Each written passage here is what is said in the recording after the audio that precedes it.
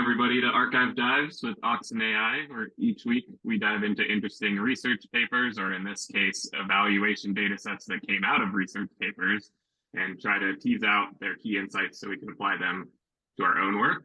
This week, we have a guest host, Alex Owen, who I've gotten to know pretty well through the AI Tinkerers group. Alex builds a lot of really cool applications with LLMs and specifically does a lot of work in the code generation space. So he's a great resource for this type of information. And today he'll be diving into the HumanEval dataset, sharing his learnings about code generation, and most importantly, how to evaluate LLMs for code completion. The HumanEval dataset was used in creating Codex, which powers GitHub Copilot. And so that's just a little background. And Alex, I'll let you take it from here. Awesome. It's great to see you all. So here we are. So this is an archive dive. It's a deep dive on evaluations and benchmarks. We're first starting with HumanEval and all of its friendly data sets that were created as a part of that. Overall, large language models have shown a really great ability to generalize within the distributions that they've been trained on. This ability allows for few shot learning and prompting, and frontier models have shown incredible flexibility under this. Now that there's so much money going towards R&D, as soon as there's some sort of a data set that is important, that is big enough for a certain task, the world just immediately gets better at these throughout the world of frontier and open source models. And so benchmarks are what we call these tasks with a lot of examples. And outside of compute, I think that they are the most important piece of AI infrastructure these days. Private benchmarks help AI teams continuously iterate on their AI systems, where public benchmarks allow us to understand what is good versus what is not in terms of models and their performance. However, these benchmarks are really, really large, and the devil's totally in the details in terms of how they translate to performance on downstream tasks. Today we're going through these details for HumanEval and a few of its adaptations. It's the most popular coding evaluation benchmark released in this paper here, evaluating large language models trained on code. This came out in July 2021. It is a little under 3 years old.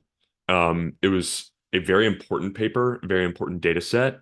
I will be talking about it both, admirably, but also talking about where it's falling short compared to what we need today, 3 years later. But it's a very important piece of work. It's played a big part in catalyzing the growth, and I'll just throw the paper link in here in a second. It's played a big part in catalyzing the growth of ever smarter models for code generation and is a common reference metric. It is written for Python, but has multiple spin-off benchmarks in other languages to evaluate other different types of tasks like performance with instructions, infilling code, and fixing tests. Let's see. We also are seeing them being used to do a bunch of other like planning sort of tasks, as I think people are building them internally for their coding agent sort of workloads. We also set out to build a lightweight system called AI Dive, and we learned so much while building this out that we wanted to start talking about it now. So overall, HumanEval itself is a coding copilot sort of benchmark. And so here I have some actual sample code. This is the test example. And it's shown to like give people who are interested in looking at the data set what is going through the model. Okay, so this is just the JSON that is sitting in the data set. And so we'll be able to we'll reason our way through how this stuff is being sent into a prompt as well. So we have the task ID, which is fairly straightforward. We have the actual prompt. We have the canonical solution, which is like the gold standard solution for the test case. We have a test, and we have the entry point. And so it was kind of obscure to me when first looking through this, how this actually turns into an actual program. But we can talk about the code that runs it, which turns into this. This was extracted directly from the code base that it was published under. So the program that is checked and that is run is they basically just jam all these strings together. They take the prompt, they then take the completion, which is the result from the model. They then add a new line to the end of it. They then put the test function in there, which we can see is right here. And then they call check of the entry point. And so what this actually ends up doing is it creates this. This is what is actually being evaluated by the evaluation system that checks for code completion and correctness. So we can see that this is actually this check function itself is taking a function in as an argument, not a typical variable, and which is allowing us to call this very nicely with running these tests. Tabs and new lines are not fun to see in like within a string inside a JSON. They kind of give me the heebie-jeebies, but however, like when you're checking the programs like this by just jamming all these strings together, then you can see how like this is really important. And this is like one thing that I learned fairly quickly. So I was re-implementing the code from this paper. The code in the official repository does not run. It needs actually there's a fork that has an actual fix for it. But so don't try and run that. You're not gonna really enjoy your time. But I did try and re-implement the generation logic and copying and pasting this in here. And so I was able to run this model, this Llama 3 8B model on this single simple prompt. And it basically just spammed the entire response and the new definition all the way up until like the 80s or actually the hundreds. It had no intention of ever stopping until it hit its like max token count. And so this is one thing that I learned is that these base models are very general purpose and they're not trained on following some sort of instruction in production and in the paper. They are being guardrailed by stop words, which are looking which I'll excuse me, which are the tokens like this, where throwing a definition right after a new line is supposed to stop it in the way that a normal code copilot would. However, this is probably a symptom of these models being unaligned because it's very rare that someone would want to have all of this simple code being spammed all the way down through. And so if this were happening on an instruction tune model, then that would actually be a problem. And it's something worth considering when evaluating on the HumanEval benchmark. So then what I was learning to do was working with the OpenAI API. And should we use the completions API or should we use the chat completions API? If you look at the other benchmarks, they've pre-existed the OpenAI chat completions SDK, and they are interacting with the models directly by just using a prompt object. So I actually had started with the chat completions because of how popular it is today. However, I did not get the exact results that I was looking for. And so looking here to copy paste what I got. So I did some results, did some tests around what does and what doesn't happen for all these different models and how you actually interact with them and what the difference is. So we're still working with the return one sample, and this is generally again with the Llama 3 8B, the base, and sometimes the instruction model. If you give the base model or the instruction model just the prompt from above, it will generally return just return one, especially when you give it with the stop words. But under the chat completion, it completely breaks down, particularly the base model. And it gives you something like this, where it just continues spamming this until it ends in its max tokens. So from this, we can see that the instruction tokens, as they're sent through, are incredibly important and can totally change how these base models work. which is somewhat to be expected, but wasn't immediately obvious to us. The Instruct model actually responded the same way for the normal completion API, but we got a much chattier answer from it with the chat completion API. And so I'm just sending in a function docstring that is just the signature.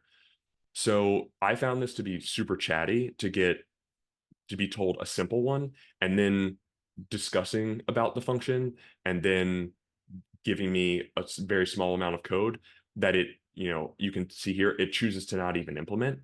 If you call this function, it says it will simply return none, which is not at all what I was asking for. And so this shows how small changes to a model's input can really, really have a large impact on the distribution of potential outputs. I saw some similar things happening for the more frontier class size of models. Um, but some of the assumptions that this benchmark makes around output formatting get completely broken in the case of chat models because they're talking in English. So there's upside in using the context of chat models to improve performance as well. So this leads us to being a problem.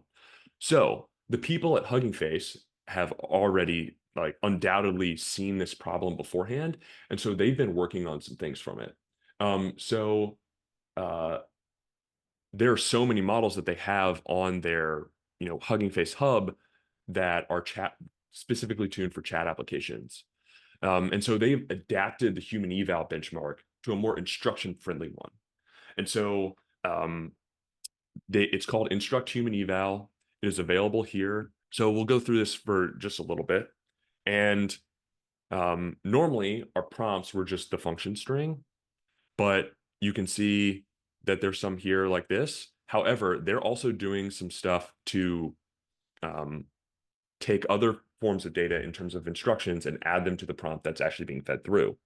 So for the dataset construction, they take the context, they take the function signature, which would be return one in our use case, and a docstring that might be underneath. It's not underneath in our very simple example, but throughout the HumanEval dataset, they're very prevalent. And the instruction would be write a function, return one to solve the following problem where the docstring is given afterwards. And then there's an entire evaluation pipeline for instruction fine-tuned language models that goes through, parses through for instruction tokens, in tokens, and the beginning of an assistant token to be able to understand where in the response is the actual code being generated. And then it will also assume that the code is delineated with like the 3 backticks that you'll see oftentimes in raw code data sets. And so this has actually been very helpful for these for these uh, for these models. And so using Oxen AI's tool and the per sample breakdown of these two benchmarks, we can compare these few models. So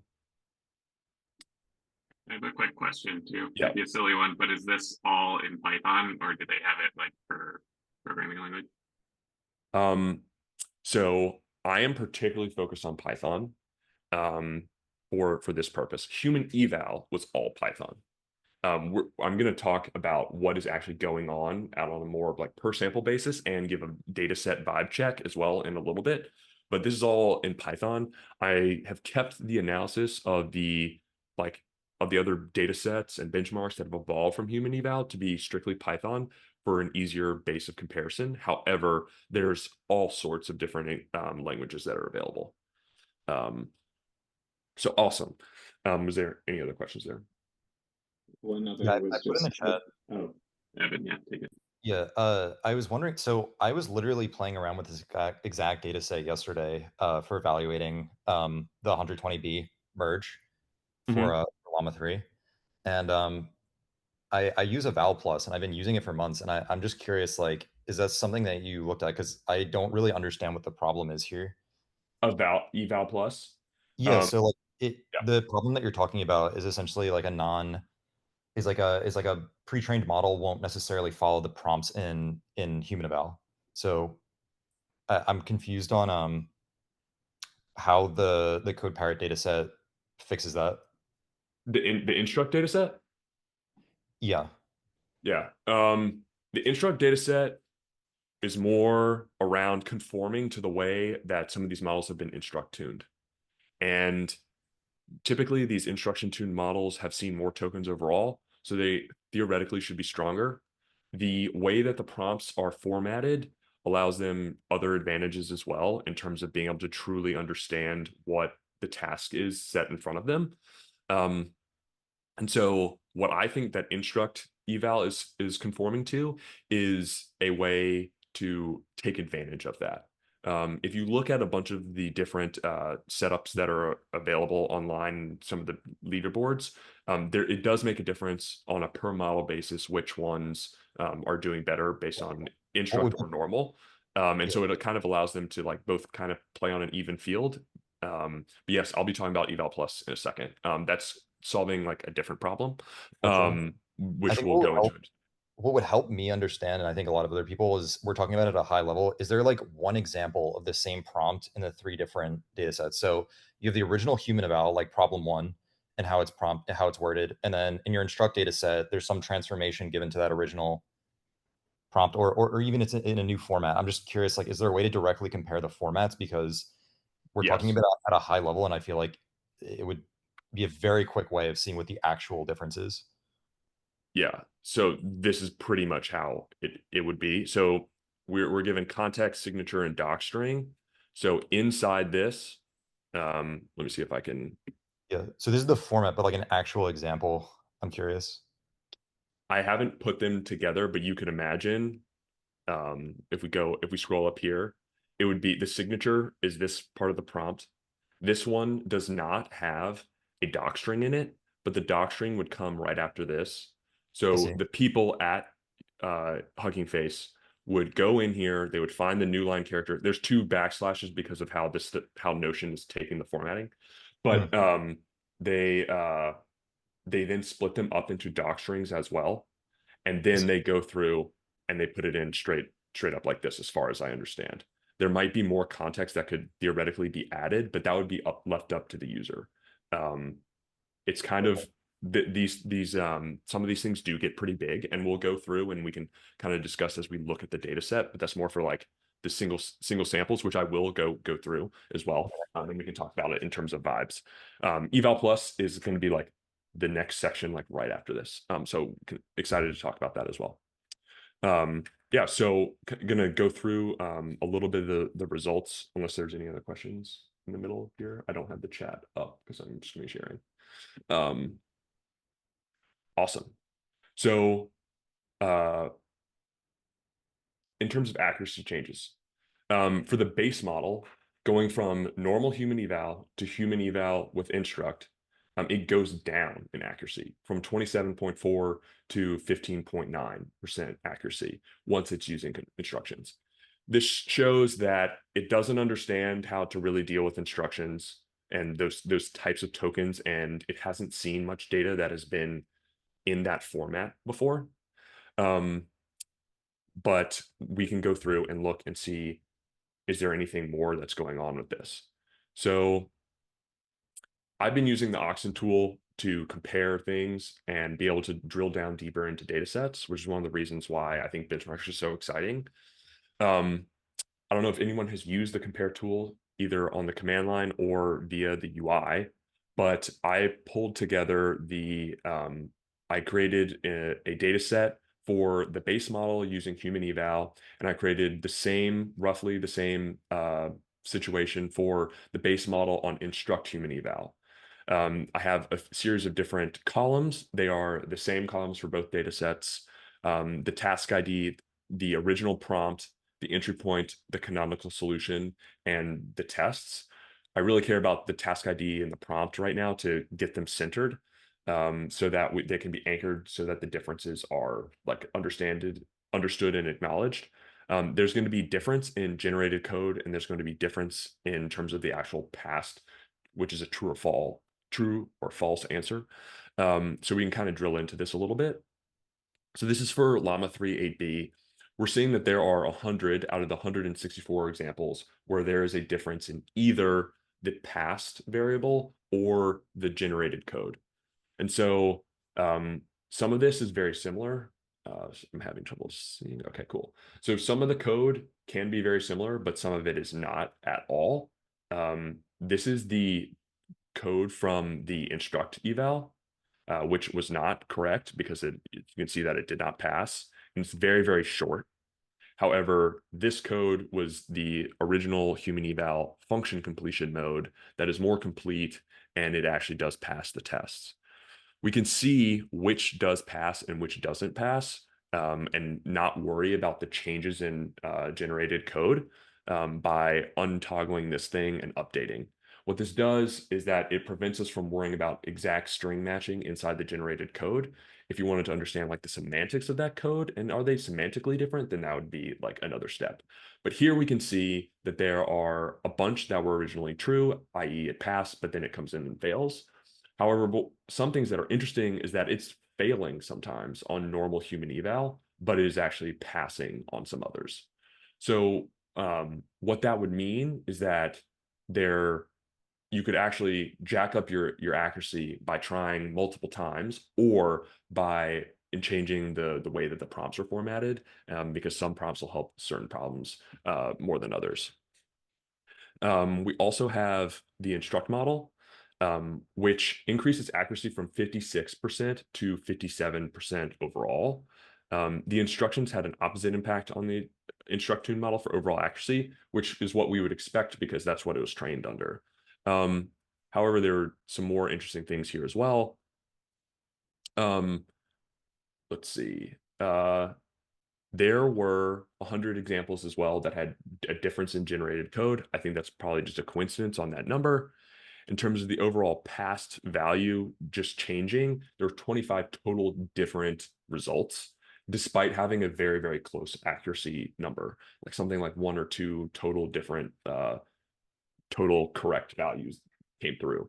So what this means is that, again, if you just instruction tune, if you do a normal instruct tune prompt versus a normal normal completion prompt, then you can see much higher accuracy in your actual examples and your results, which could be interesting for teams that are trying to build on top of this. So the per sample comparison shows that the past results do not completely overlap, which means these techniques are complementary. However, this is also a good starting point for a deeper discussion, which we won't continue here today.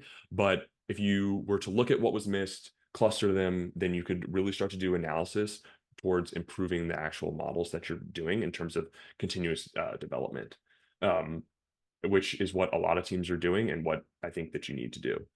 So now, yeah. Sorry, there's one more question in the chat. Is there anything they do to game against just pre-training on the HumanEval data sets? Is there anything to game against it? That they do to prevent gaming, just like pre-training on the test set here, because there's a world in which Llama 3AP had seen all of this before. I think that most of these have. I think that a lot of the teams that are working on this do care about not leaking the data sets into it. I still think that it's a really tough problem. There are probably ways that you could do other tests to understand. EvalPlus probably does a little bit of that, or something very similar to it, where if you were to change the answers, if you were to change small parts of the questions and try to evaluate what is the difference between the answer given for the standard version versus the manipulated version, if a model has been trained on the test set, then you'll see a lower variance in the difference between the outputs of those two tests. So imagine if you have a word problem that's talking about someone named Alice that needs to go to the store, and you change that to John in a manipulated sample. If the manipulated result comes back still talking about Alice, then you probably have a contamination problem in your data set. However, that's much harder for code, and I think we're still scratching the surface around what can be done. However, there's an upshot in that they have a bunch of automated analysis tools to leverage the structure of code to be able to like automatically analyze a bunch of code very quickly, which I think will be interesting. There are some other things around more complicated benchmarks around like SweBench, where Claude actually was able to complete the original functions and some of the prompts for SweBench, meaning that it had actually had seen some leakage rather than GPT-4, which wasn't able to. So there's some stuff like that. But Yeah, it's still I wonder very if early you stage. could do some analysis just off of like, since there's multiple correct solutions for code, if it's like a direct string match, maybe even down weighting it a little bit, or just like making sure it's all not direct string matches or something, you know? Yeah, to the canonical solutions, there's something that can be done there as well. So now would love to talk about EvalPlus. And so given that the generated code is evaluated on tests, we're trusting actually that these tests fully cover the specified needs of these programs. However, these tests, in fact, do not. So teams like the EvalPlus team, which were previously mentioned, have been working on this problem. They've created HumanEval+, which adds more tests to the evaluation set for each example. They've done this with a few other data sets as well, but I think the first one was HumanEval. And so according to their analysis, the vast majority of these problems are under tested such that generated code is falsely labeled as correct more often than we would ideally like. I've gone through their analysis, and this is from them, so this is not my original work for this section at all. But we can talk about a specific example that they gave us and go through why what it is that they're talking about. So they refer to this problem called common. So this is the entire prompt and the sample solution, which I have gone in and filled in as they specified. Here we can see the docstring that we were talking about earlier. This would be all put inside the same prompt object that we were talking about earlier. But it's not obvious.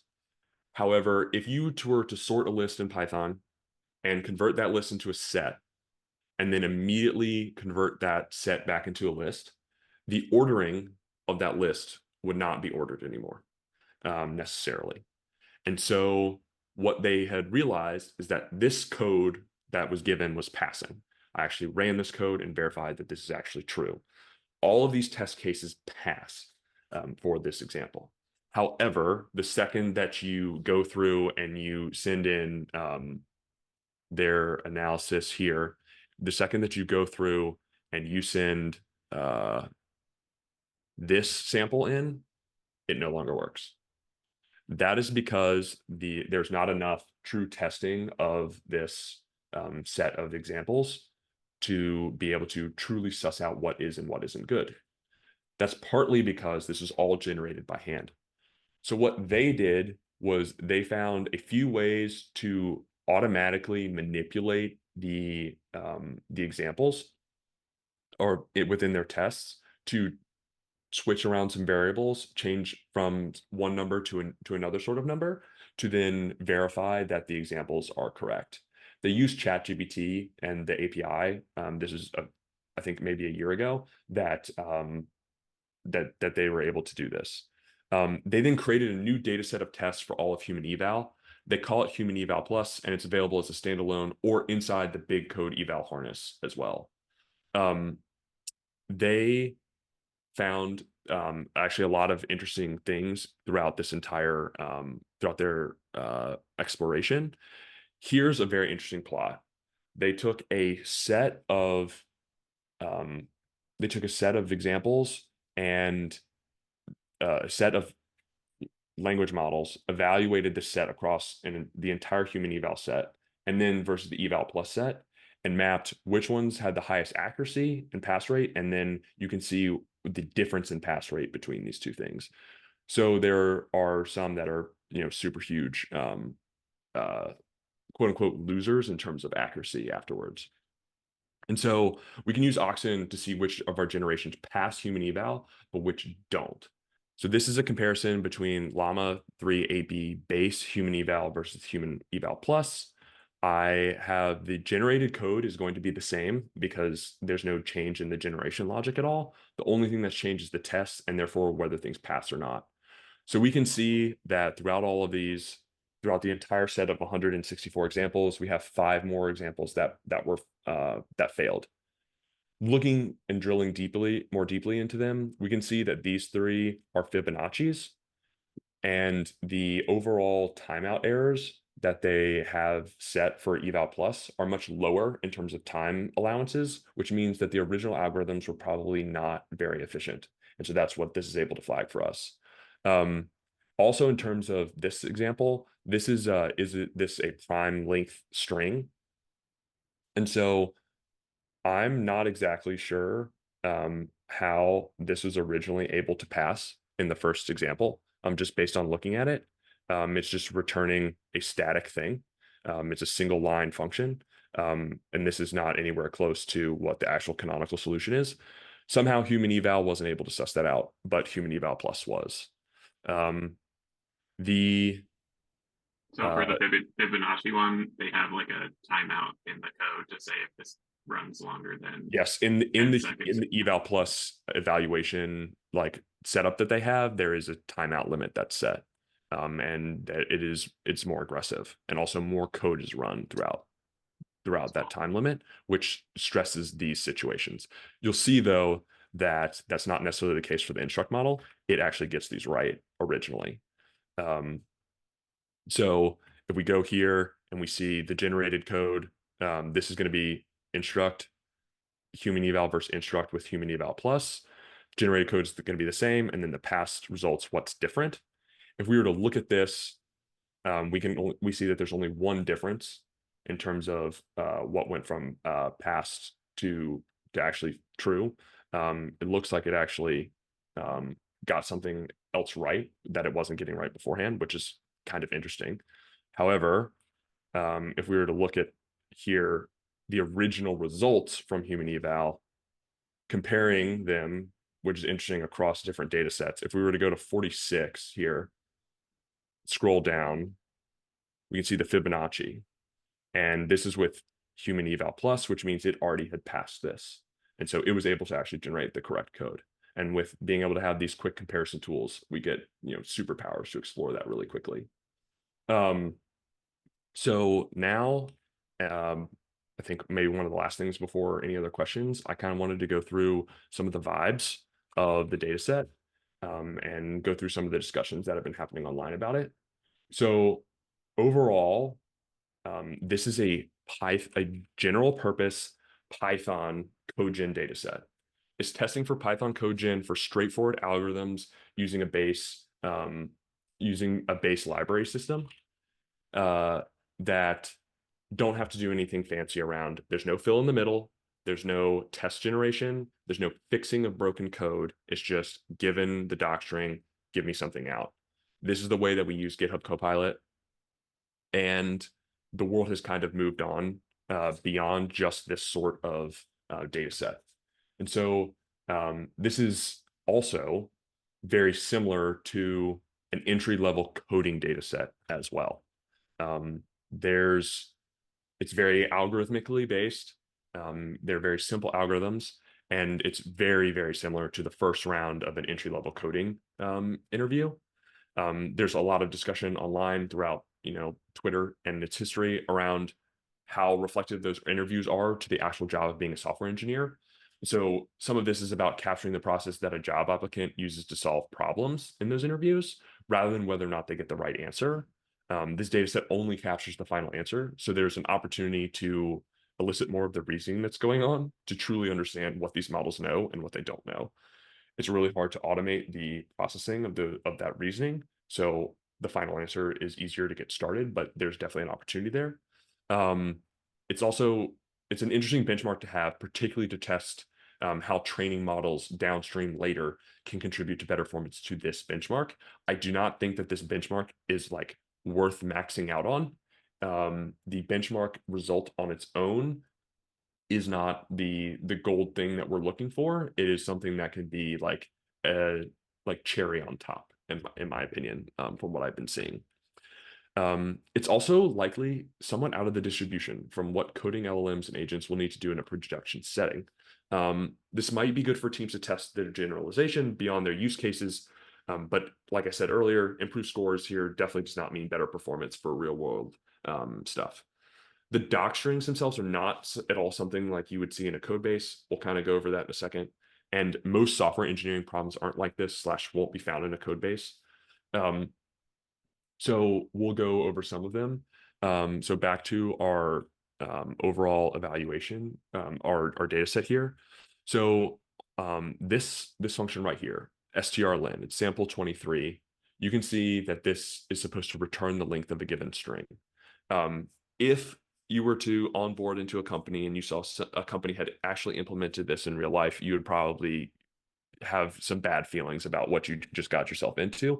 There's no reason that this would ever be done in the world of a production coding environment. You would actually just only ever use the return value, which would be just give me the length of the string. It's actually faster than the actual the docs itself. So this should not be considered an example of like, oh, this model is so great at coding. It's really more, does it have an encyclopedic knowledge of what the string length function is, rather than what a actual developer is going to be doing on a daily basis. Another one is going to be 15 here, where it's a string sequence. It's again another one where the canonical solution is just use a join on this string for everything for all the integers from 0 to that specific integer. It doesn't actually need a function. It's not, that shouldn't be in a production code base either. And it's probably too simple to even be worth worrying about.